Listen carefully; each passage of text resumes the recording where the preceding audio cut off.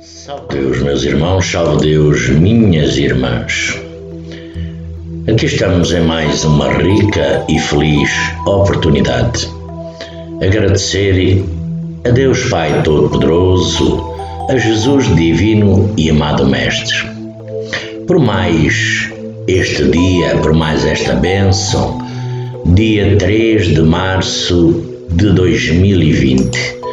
Mais uma maravilha. Terça-feira, mais um dia se passou, com as nossas dificuldades, angústias, tristezas, agonias, aflições. Pois é, aflições que nos tiram muitas das vezes a sintonia necessária, do qual nós, Mestre Sol, Mestre Lua, Jaguares, nos esquecemos muitas das vezes que somos acompanhados por os nossos mentores, pretos velhos, mas agradecer a Deus Pai Todo-Poderoso, a Jesus Divino e Amado Mestre, à Virgem Santíssima, ao grandioso Simiromba de Deus, Seta Branca, nosso Pai, Mãe Yara, a nossa clarividente Mãe Águila, Quatai 108. Agradecer também a presença luminosa nas nossas vidas, junto a nós, na nossa caminhada, na nossa individualidade, desses abnegados mentores, mensageiros de Deus Pai Todo-Poderoso, na simples roupagem de pretos velhos, pretas velhas. As nossas princesas doutrinárias, os majestosos cavaleiros, as nossas queridas guias missionárias, os nossos grandiosos ministros e toda uma outra quantidade de espíritos fora desta roupagem, como o Tiãozinho e a Justininha, como o povo das águas, povo de cachoeira, povo das matas virgens. Salve Deus, meus irmãos, para falarmos sobre as aflições. As aflições, começaremos pelas aflições do mundo e, em conhecida passagem do Evangelho, Jesus Divino e Amado Mestre diz a seus discípulos que no mundo eles terão aflições. E aqui os registros bíblicos confirmam a previsão. Todos os companheiros de Jesus enfrentaram grandes padecimentos. Apenas João Evangelista não foi martirizado. Evidentemente, houve um sensível progresso desde aquela época. Os costumes se refinaram e hoje, na ampla maioria dos países, não se cogita mais de matar alguém por a sua fé. Contudo, o alerta do Cristo permanece atual.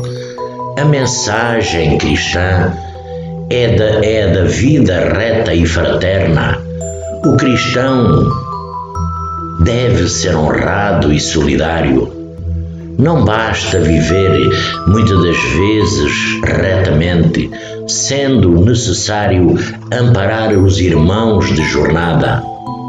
Também não adianta apenas ser generoso com o seu semelhante. É preciso dar a César o que é de César, no sentido de cumprir rigorosamente os próprios deveres. Ocorre que quem se aprimora, em geral, passa a esperar uma conduta idêntica dos que o rodeiam. A criatura rigorosamente honesta anseia por viver em um meio honesto. Ao desenvolver uma sensibilidade mais apurada, anela por beleza e suavidade. Entretanto, o mundo segue em seu próprio ritmo. Um homem pode apenas ditar a cadência de sua evolução. Quanto aos demais, resta-lhe somente influenciar mais por exemplos do que por palavras. Afinal, o nosso livre-arbítrio é uma dádiva de Deus Pai Todo-Poderoso aos seus filhos. Cada um é livre para decidir os seus caminhos e se vai apressar ou retardar o passo rumo à paz. Bem se vê como é delicada a posição de genuíno cristão no mundo. Ele elege um ideal sublime, esforça-se por vivê-lo e deseja que se expanda no benefício geral. Contudo, o mundo não corresponde a contento a esse anseio. O cristão necessita ser o sal da terra e a luz do mundo. Justamente por isso, não pode se afastar dos irmãos de jornada. Daí vive honradamente em um mundo corrupto, por consequência experimenta contínuas aflições. Aflige-se pelos filhos que não aproveitam a educação recebida e optam por trilhar estranhos caminhos. Angustia-se pelo marido ou esposa que não lhe partilha o ideal. Agasta-se por deslealdade que testemunha na vida profissional. Entristece-se pela falta de honestidade de políticos e dirigentes públicos. Entretanto, se a aflição é esperada, o desânimo não se justifica. O progresso ocorre com vagar, mas é uma lei da vida. As perfeitas leis divinas tratam de colocar tudo em seu lugar, no lento ciclo dos séculos. O relevante é a paz de consciência de quem age retamente e a inefável certeza de que transita para fases superiores da existência imortal na condição de agente do progresso. Porque também temos a aflição da alma, da nossa alma. É natural, neste mundo com as suas necessidades e peculiaridades, que as preocupações com o nosso entorno consumam boa parte das nossas energias. São os compromissos financeiros a serem pagos, as atividades profissionais a realizar, a educação própria e a dos filhos a se construir. Enfim, são muitos e os mais variados os compromissos com o dia-a-dia do mundo. Somados a esses, os que efetivamente fazem o nosso compromisso para conosco mesmo, assumimos outros que são trazidos pelo barco da ilusão e consentimos seu atracar nas praias de nossas vidas. Assim, permitimos-nos ocupar o tempo na luta inglória contra os anos, na ilusão do não envelhecimento, esquecidos de que cuidar do corpo se faz necessário, sendo supérfluos os exageros na busca do bem-estar físico, do salário que nos permite a vida confortável. Deixamo-nos levar pelo exagero da ganância, pelo excesso da cobiça, usando as horas para amealhar, juntar moedas, ter fortunas. E quando percebemos, toda a nossa vida está voltada para as coisas puramente materiais. Vivemos todas as horas de nossos dias para o mundo exterior e só para ele. Deixamo-nos lentamente esquecer da alma que somos, do espírito que habitam um corpo e passamos a viver como se fôssemos um corpo somente sem alma. Como decorrência desse comportamento, as aflições da alma surgem avassaladoras. Descuidada e quase sempre esquecida, ela adoece por abandono e descaso, logo surgindo as aflições como consequência. Irrompem assim as distonias mentais, a depressão, a melancolia profunda, o desinteresse pela vida. Muitos afirmam que isso tudo surge do nada, de repente, sem causa externa ou aparente que possa ser identificada. Porém, as aflições que nos tomam a alma são apenas o resultado do longo período de descuido a que nos entregamos, carentes de valores e estruturas nobres para enfrentar os desafios do mundo moderno. Aturdimos-nos e nos afligimos.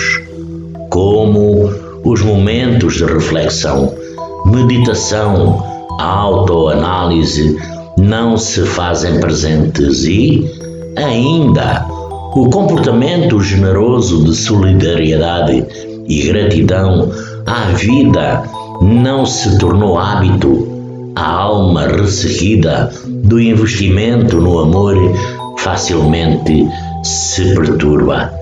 Desse modo, se a alma se apresenta aflita, é porque clama mudanças em suas paragens íntimas. Se a mente, reflexo da alma, perturba-se, é porque carece do investimento inadiável de valores nobres.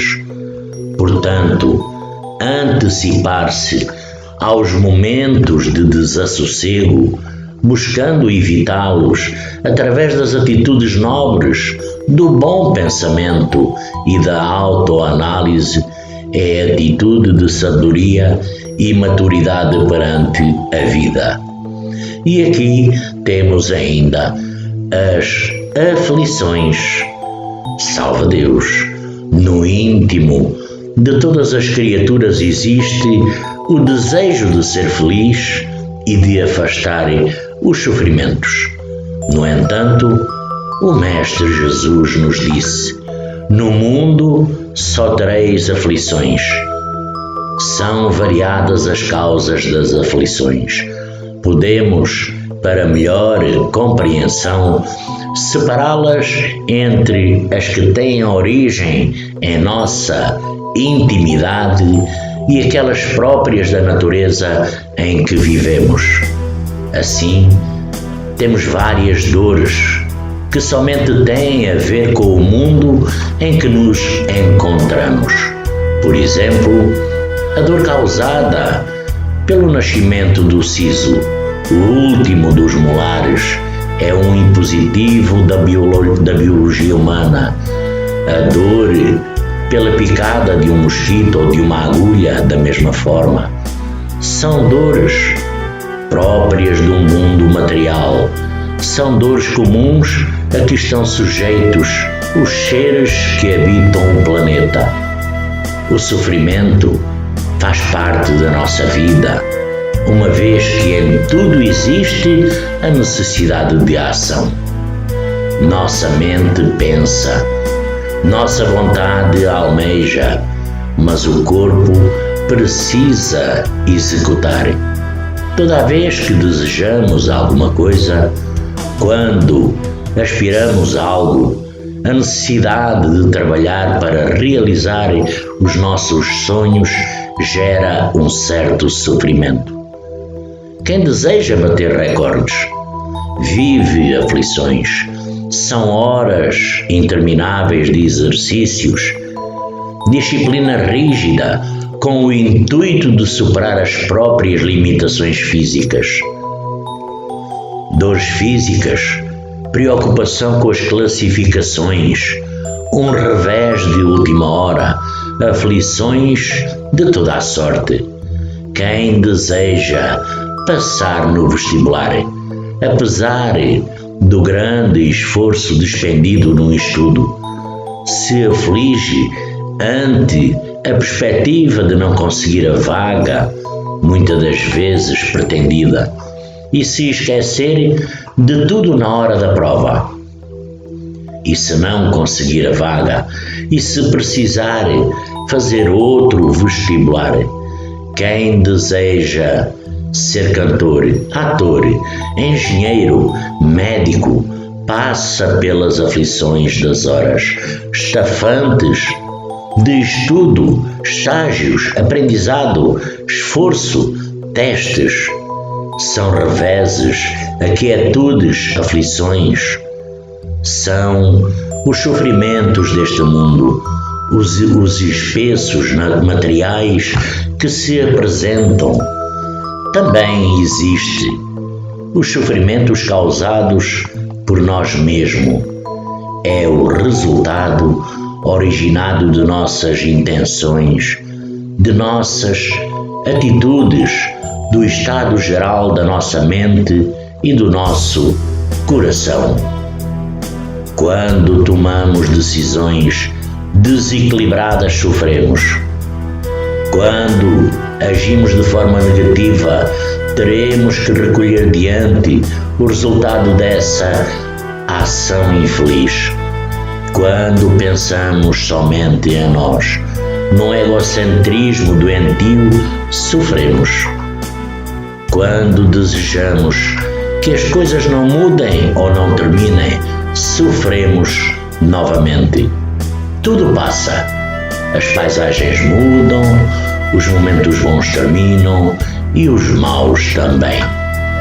Procurando entender a mensagem de Jesus divino e amado Mestre, poderemos vencer os sofrimentos do mundo, vendo-os como realmente eles se apresentam, ou seja, como espessos materiais numa realidade relativa.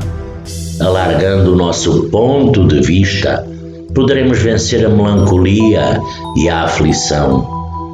Sem visão pessimista, venceremos os obstáculos próprios ao meio em que nos encontramos. E se optarem por seguir Jesus, não haverá aflição que resista ao bendito remédio da fé. Todos desejamos ser felizes, sejamos ricos ou pobres, instruídos ou não. Desejamos evitar os sofrimentos. Assim, procuremos vencer as tribulações de cada dia e encontrar razões para a felicidade em coisas pequenas. Ser grato pelo que temos, pelo que usufruímos, aprender com os pássaros a saudar o dia com um cântico de esperança. Eis uma boa fórmula para superar as aflições e começar a ser feliz desde hoje. E para isso temos que agir com muita calma. Não se deixe consumir pelas excitações e nervosismos desses dias tão agitados. Procure fazer tudo com calma. É compreensível que num tempo em que ainda se afirma que tempo é dinheiro, você tenha os ímpetos comuns da época, quais sejam os de ganhar e ganhar, temendo as necessidades futuras. É justificável que você corra de um lado para o outro na busca dos bons negócios, da conquista de melhores mercados, na busca, enfim, dos lucros. É admissível que você não tenha tempo para se alimentar devidamente, para repousar um pouco, para meditar ou para orar. Entendemos, meus irmãos e minhas irmãs, que cada um dos seus negócios ou cada uma das suas ocupações lhe exija a atenção e envolvimentos especiais. Entretanto, vale a pena não esquecer que tudo isso é secundário para a vida da alma, porque tudo isso vai ficar sobre o pó do mundo. Foi Jesus que nos recomendou não nos atormentássemos pela posse do ouro e que a cada dia já bastam os nossos problemas. Então, devemos pensar que o corpo físico nos é emprestado, enquanto estamos no planeta com os divinos objetivos do progresso espiritual.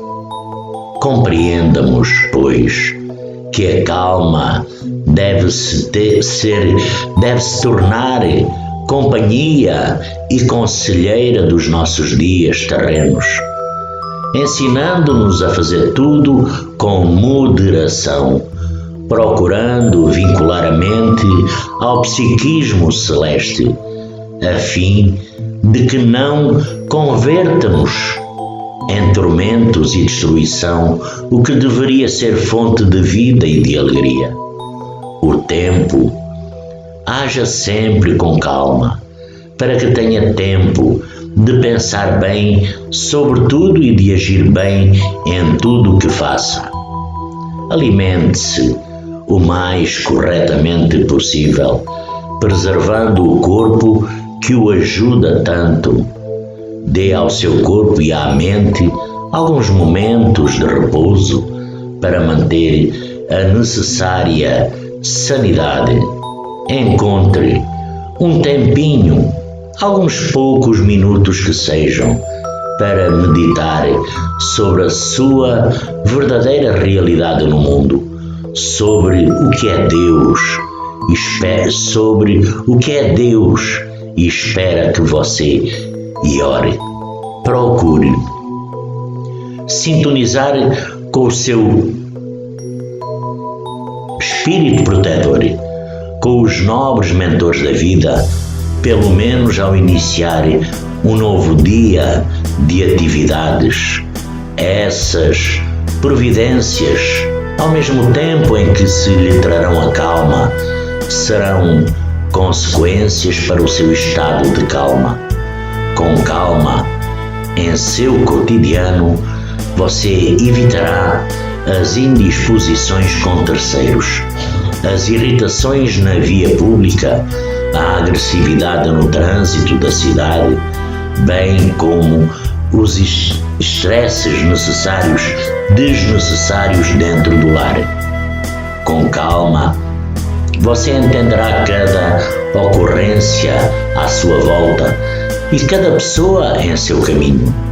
Nada você perderá pelo uso da calma em sua trajetória humana, pois, longe de alimentar-se da ideia materialista de que tempo é dinheiro, você começará a pensar que, fundamentalmente, tempo é oportunidade e que você deverá aproveitá-la para o melhor. Mesmo que deixe de lucrar algumas poucas moedas no jogo enlouquecido das competições, você conseguirá harmonia e saúde, a fim de prosseguir na rota da felicidade que tanto deseja. Seja qual for a situação cotidiana que o convide à ação, à tomada de atitude, faça-o com calma, com muita calma, e aguarde os resultados excelentes em clima de paz. A inteligência é rica de méritos para o futuro, mas sob a condição de ser bem empregada. Se todos os homens que a possuem dela se servissem de conformidade com a vontade de Deus, fácil seria para os espíritos a tarefa de fazer a humanidade avançar. Então, nesta condição, temos que agir enquanto é tempo, enquanto temos o nosso tempo. Os homens são os artífices do seu destino. Essa verdade é constatada mediante a singela observação do mundo que os cerca. O aluno estudioso tira boas notas, passa por média e não se angustia com exames e repetências. Já o estudante preguiçoso está sempre envolto com notas baixas e reprovações.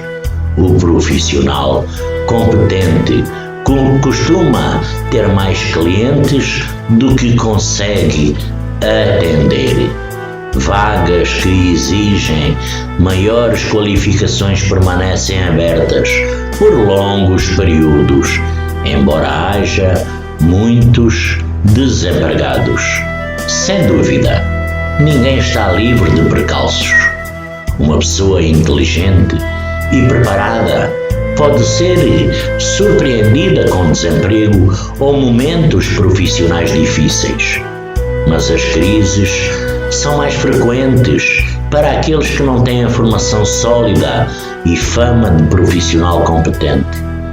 Assim, quando opta por assistir novelas em vez de estudar, não pode reclamar se o sucesso não bater em sua porta.